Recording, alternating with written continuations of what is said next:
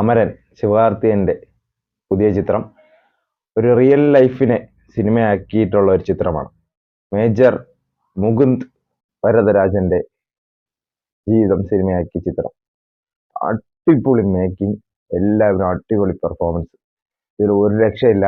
ഈ പടം കാണുമ്പോൾ ഉറപ്പായിട്ടും ഈ സായി പല്ലവിയുടെ ഫാൻസ് കൂടും.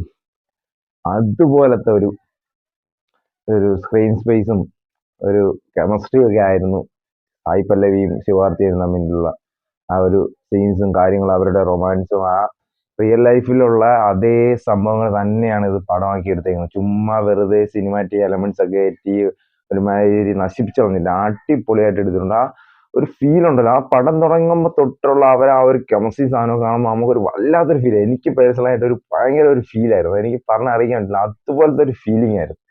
ഒരു രക്ഷയില്ല, കിടിലം പടം. ഒരുപാട് എനിക്ക് ഇഷ്ടപ്പെട്ടു. ഇത് മസ്റ്റ് ആയിട്ടല്ല, തിയേറ്ററിൽ തന്നെ കണ്ട് എക്സ്പീരിയൻസ് ചെയ്യേണ്ട ഒരു കിടിലം കിടുക്കാച്ചി പടവും. ഒ ടി ടിയിലൊന്നും കാണാൻ വേണ്ടി കാത്തിരിക്കാതെ തിയേറ്ററിൽ തന്നെ പോയി കണ്ട് എൻജോയ് ചെയ്യേണ്ട പടം തന്നെയാണ്. ഈ പടം കണ്ടിറങ്ങുമ്പോൾ എല്ലാവരുടെയും കണ്ണ് നിറഞ്ഞിരിക്കും. പടം നല്ലപോലെ ആസ്വദിച്ച് കണ്ട ഒരാളാണെങ്കിൽ നിങ്ങളുടെ കണ്ണ് നിറഞ്ഞിരിക്കും.